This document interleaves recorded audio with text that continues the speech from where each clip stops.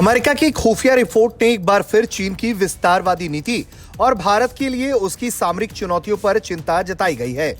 Report में कहा गया है कि प्रधानमंत्री नरेंद्र मोदी की रक्षा नीति वैश्विक नेतृत्व को मजबूत करने, चीन का सामना करने और भारत की सैन्य क्षमताओं को बढ़ाने पर केंद्रित रहेगी। भारत चीन को अपना मुख्य प्रतिद्वंदी मानता है, जबकि पाकिस्तान को एक सीमित सुरक्षा समस्या के रूप में देखता है जिसे नियंत्रण में रखा जा सकता है। रिपोर्ट के मुताबिक चीन अपने पीपल लिबरेशन आर्मी के सैन्य ठिकाने बर्मा, पाकिस्तान, श्रीलंका जैसे देशों में स्थापित करने की योजना पर काम कर रहा है। यदि ऐसा होता है तो यह भारत के लिए गंभीर सामरिक खतरा बन जाएगा, क्योंकि ये देश भारत की सीधी समुद्री और थल सीमाओं के निकट है। ये स्ट्रिंग ऑफ पल्स रणनीति का हिस्सा है, जिसके तहत चीन हिंद महासागर में अपना प्रभाव बढ़ाना चाहता है। अमेरिकी रिपोर्ट कहती है कि यह प्रयास चीन की वैश्विक सैन्य मौजूदगी बढ़ाने की मंशा को दिखाता है और इससे भारत की सुरक्षा स्थिति पर असर पड़ता है।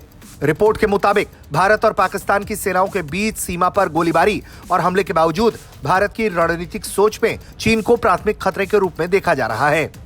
भारत चीन के प्रभाव को संतुलित करने और वैश्विक नेतृत्व भूमिका को मजबूत करने के लिए हिंद महासागर क्षेत्र में द्विपक्षीय रक्षा साझेदारियों को प्राथमिकता देता है, जिसके अंतर्गत सैन्य अभ्यास, प्रशिक्षण, हथियार बिक्री और सूचनाओं का आदान प्रदान शामिल है। भारत ने इंडो पैसिफिक क्षेत्र में त्रिपक्षीय सहभागिता भी बढ़ाई और क्वाड, ब्रिक्स, शंघाई सहयोग संगठन और एशियान जैसे बहुपक्षीय मंचों में सक्रिय भूमिका निभा रहा है। रिपोर्ट में बताया गया है कि अक्टूबर 2024 के अंत में भारत और चीन ने पूर्वी लद्दाख में वास्तविक नियंत्रण रेखा के 2 विवादित इलाकों से सेनाएं पीछे हटाने पर सहमति बनाई।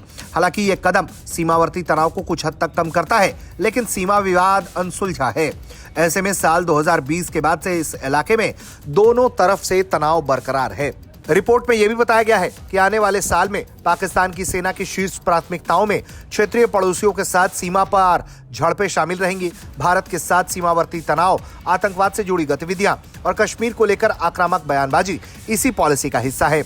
ये बात खास तौर पर बताई गई है कि भारत पहले ही कई मौकों पर पाकिस्तान प्रायोजित आतंकवाद और नियंत्रण रेखा पर संघर्ष विराम उल्लंघनों को लेकर अंतर्राष्ट्रीय मंचों पर चिंता जता चुका है, पाकिस्तान को एक्सपोज कर चुका है।